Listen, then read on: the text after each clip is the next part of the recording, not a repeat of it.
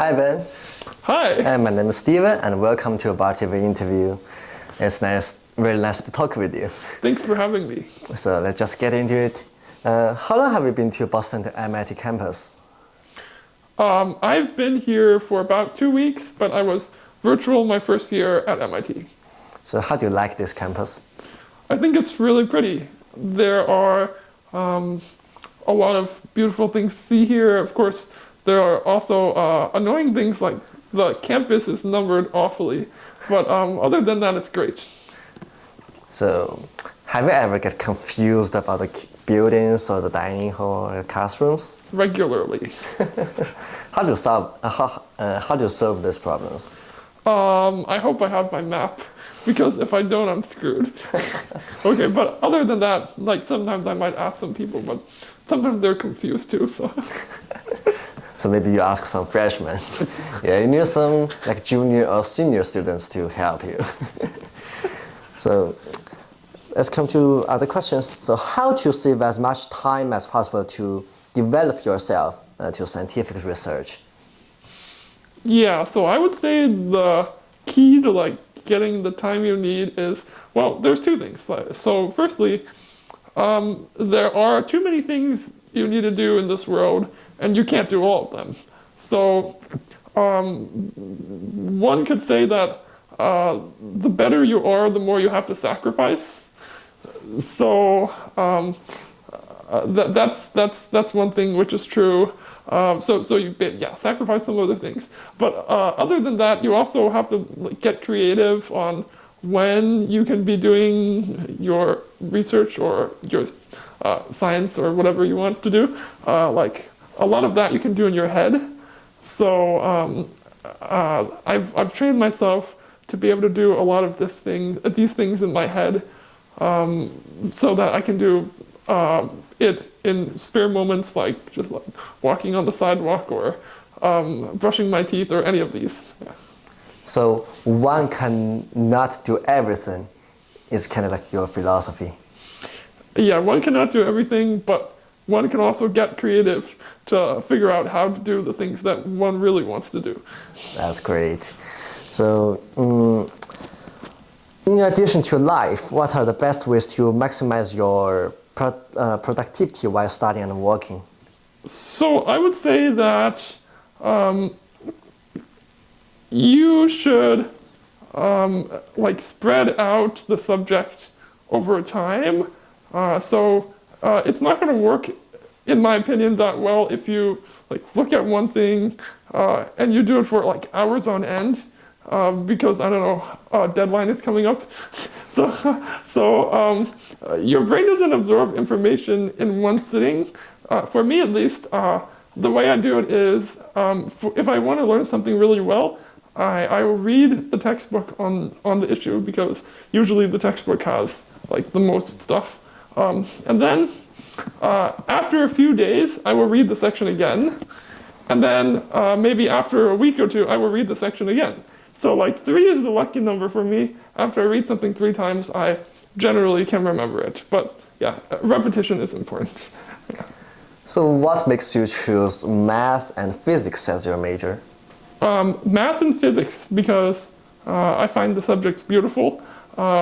So math and physics, they interplay really well. What I find fascinating is how you can manipulate all sorts of numbers and like groups and all this kind of thing, and somehow at the end of the day, after a huge calculation, you can make predictions about reality. So that's the interplay between math and physics I really enjoy. How about philosophy? That's your minor. Yes, philosophy is my minor. So I think that philosophy is about thinking about something very deeply, which is something I really enjoy. So a lot of issues, some people will say it's like either black or white, and politicians, they like to paint things as good, I'm totally good, other side totally wrong. So I get kind of annoyed by that, because that's absolutely not true. What you need to do, so like it seems true after 5 seconds of listening to them, right? But philosophy is about going past those 5 seconds and really thinking about something deeply from many points of views. And if you do that, you will see that a lot of points of views make a lot of sense. And then from there, you can, from an informed standpoint, determine which is, you think, the correct view. Do you have any favorite like mathematician, philosopher, or physics scientist? Yeah, I would say, in terms of math, I really like Euler, because Euler, just like anything you do is like Euler. It's just so impressive, that guy. So that's just so impressive. And I also like, well, honestly, there are so many physicists that did a lot of great work that it's kind of hard for me to choose. But I would say that probably Isaac Newton, because like his work was just so foundational for everything almost. So, which is sort of like, I don't know, it seems like a standard answer, but it's just kind of true. So, yeah. So do you think there are some inner connection among math, physics, and philosophy? Yes, I think that there is a large interplay between the three subjects. So I talked a little bit about why I think math and physics are related. They are definitely inextricably related. You can't do physics without math. So philosophy, I think, answers the why of these subjects. Like, so why am I studying physics at all? Like, or there's also philosophy of mathematics. And currently, so one thing I'm thinking about right now is the axiom of choice. And this, usually mathematicians just use this axiom freely. They don't really think about it too much, but like from a philosophical point of view, you can come up with all these strange paradoxes. You might know of the Banach-Tarski paradox. That's like the least of my concerns. that's not even that strange. Yeah, axiom of choice leads to much stranger paradoxes, and those are the kinds of things. That's one part of philosophy that I really like that connects to math. Yeah. So what do you think is your biggest advantage when you are doing physics research?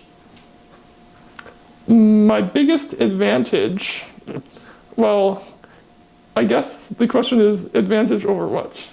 Right? So in terms of, I guess one thing that helps me in my physics research is the fact that I am motivated to like spend a large amount of time on it, and I also, I guess this is another way philosophy helps. I'm very willing to look at something deeply and sort of pry at the details. So if you look at the details of a physics textbook, actually you will notice that they leave out a lot of things. So like what I try to do is I try to fill in my knowledge, fill in those gaps, because it's really easy to like skim over something and get a partial understanding, but it takes more time and it's harder, but it's more rewarding if you really look at it in depth and see the little nuances that go into it. There are many talented and hardworking students in MIT campus and in Boston. So what do you think makes yourself so distinguished and outstanding among all these students? Well, I don't know if I am, to be honest. There's some really good people here. But I guess my strength is what I basically touched upon a moment ago, which is that I really look at the details really carefully, and I think independently. I don't just go along with what they're teaching you. I look at it, I examine consistency of what they're saying, and I make sure what they're telling me makes sense. Yeah, details are really important, especially when you are doing research. Yes. Yes. So let's move on to the next question. What are your areas and directions or like concentrations of interest? And what kind of research do you want to do after coming to MIT? Yeah, so my main areas, as you mentioned earlier, math, physics, and philosophy. Inside of physics, I really enjoy quantum mechanics. And I think I will go into more theoretical physics. So I'm planning to take quantum field theory sometime later. But that's a grad course. But I think I'll be ready in like maybe next year. Yeah. That sounds really hard. Very difficult for me, at least for me. Let's see. There may be a lot of young people who are talented like you, but have like some physical deficiencies. How to let other young people with similar situations give full talent? Give out full of their talents. Well, I would say that because of my SMA, so let's say that I didn't have SMA. I don't know where I would be right now. Maybe I'd be playing soccer, maybe, or that kind of person, right? Who knows what kind of person I'd be? But because of my SMA, it has focused my attention on things of the mind. So, for example, so basically, even with the physical limitation, your mind is free, and you can just take basically any opportunity to just do things in your brain, and soon your brain will be like extremely proficient at like doing things without. So for me, I'm pretty good at doing things in my head, and that just comes with practice. So essentially, just don't let your physical limitation also become a mental limitation. That's great. I love it. Do you have any other hobbies? Besides math, physics, and philosophy? Yeah, so I like to watch movies, and I like to play board games, and I like to chat with friends. So do you have such a hobby that you want to also devote yourself into the hobby? Yeah, so I think that would be writing stories and poetry. So I forgot to mention this a moment ago, but yeah, because currently I'm just so busy that I don't have time. But when I do have more time, I like to write creative writing. I don't really like essays, but creative writing I like. What's your favorite poetry? My favorite poem. I don't think I have a favorite poem. Yeah, actually, you will find that I don't usually have a favorite many things. Yes. Because I kind of see the beauty in many things, so it becomes hard for me to choose a favorite one. Yeah, but you can also mention like a list or sort of things. Yeah. So the writer that I really like is okay, let's see. I think that in this case, okay, for some reason I just don't remember names right now. Okay, so the way I usually listen to things is books by mail. So they send me some books, and then I listen for like a long time to the audiobook, and then I promptly forget the author's name. So honestly, I've listened to like hundreds of books, and I barely remember any of the authors. Never mind. Yeah. You can also mention a kind of book that always attracts you. Yeah, so I like science fiction. I like fantasy, this kind of thing. Yeah. Oh, great. What does your mother? What's her mother's role in your life, and what's her influence on you?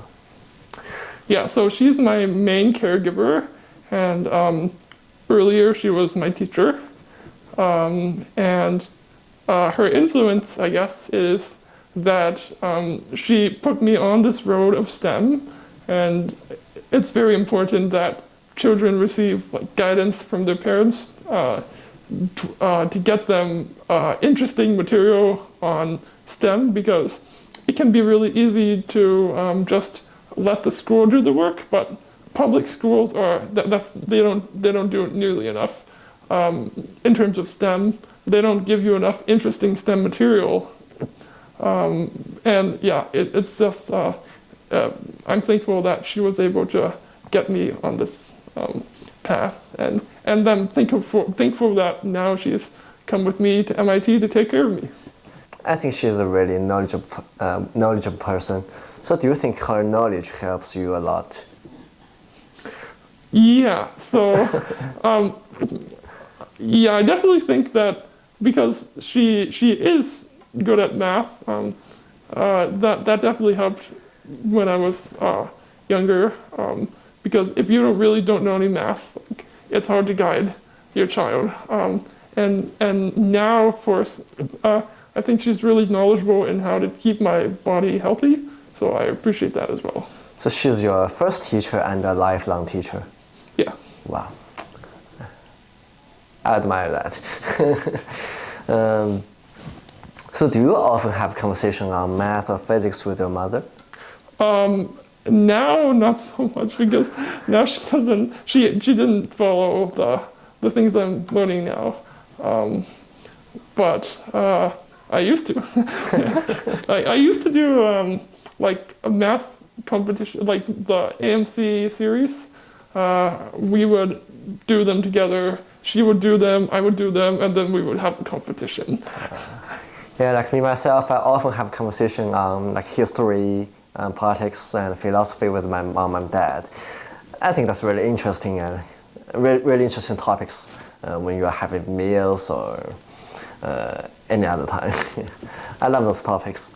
I think you have already faced many difficulties that are difficult for ordinary people to overcome.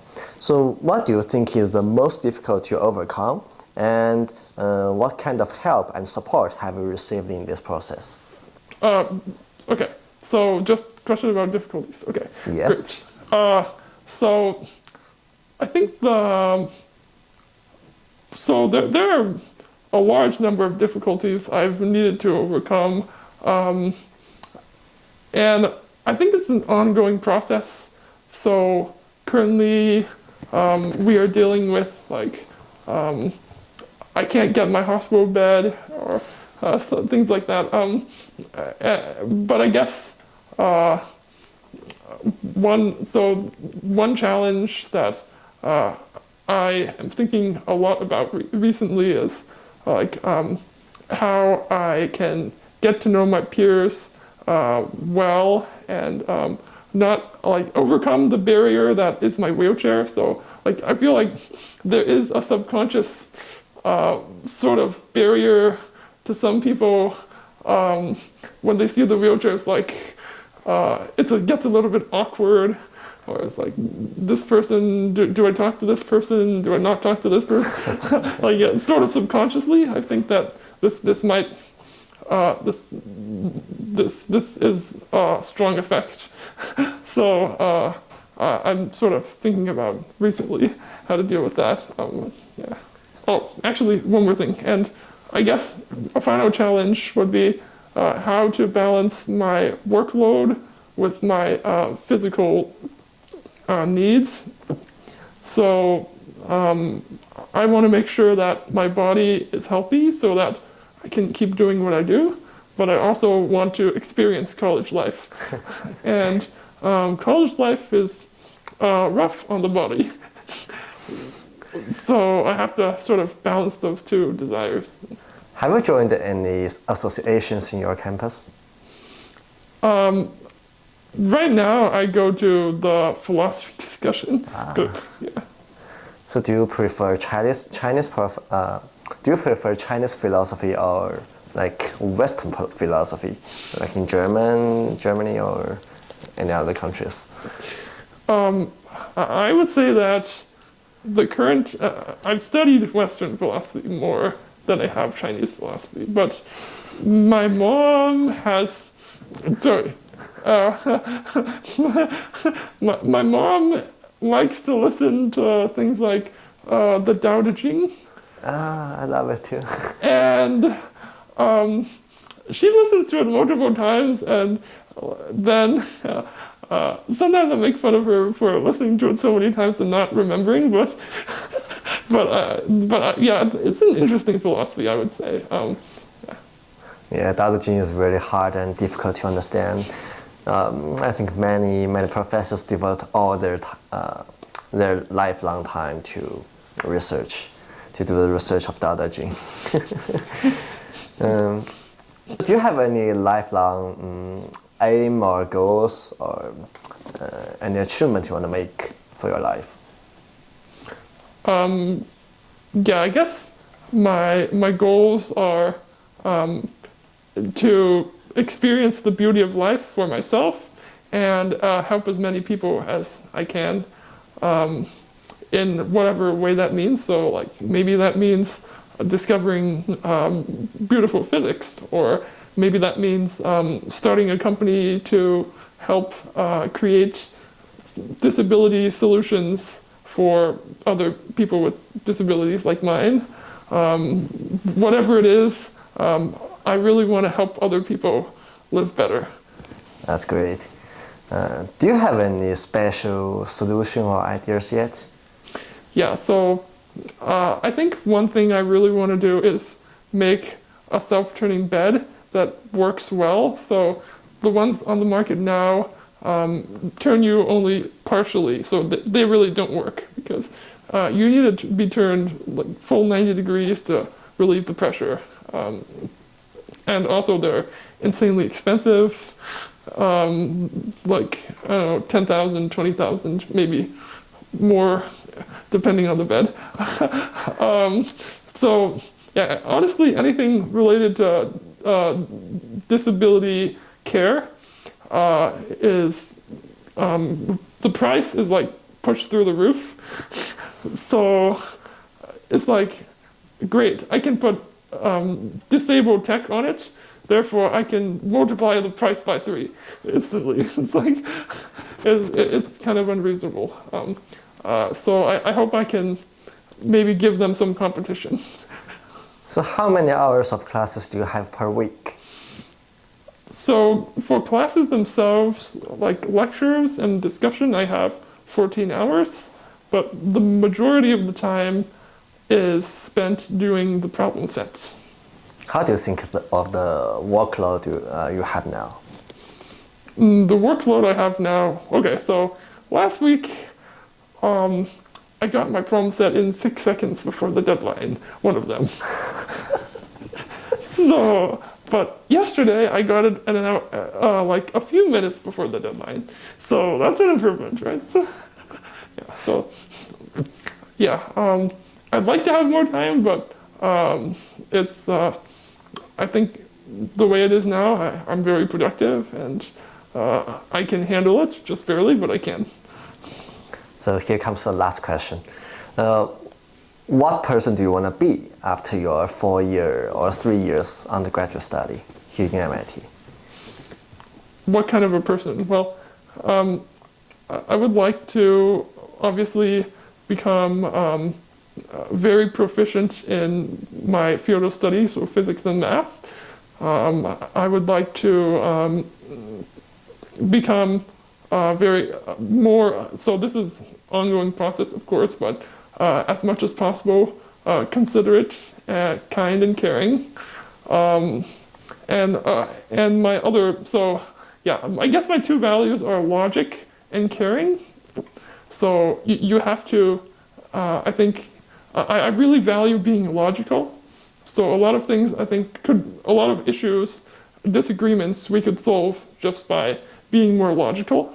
And caring, because like, if you don't care about things, that's how a lot of things go wrong. So like, you might get lazy or just not live properly if you don't care. And of course, if you don't care about each other, we arrive at a society that does not help its weakest members. So yes, logic and caring. I hope to be more logical and hope to be more caring. That's great. I wish you a really successful way to your goal. So do you have any words to give to those Ask Me patients or to any of your friends? You can face the camera here. I would say that if you look at the amount of time that you have alive, it's a very small amount of time compared to the amount of time you're not alive. So really make sure you value every moment, you live every moment with joy, because every moment you don't live with joy is one less moment you can live joyfully. And then aside from that, I would just encourage you to think about STEM as a way you can go, because again, SMA does not limit the mind, and I think that with the situation we're in, the most efficient thing to do, and the thing that plays into our strengths, is to do things of the mind.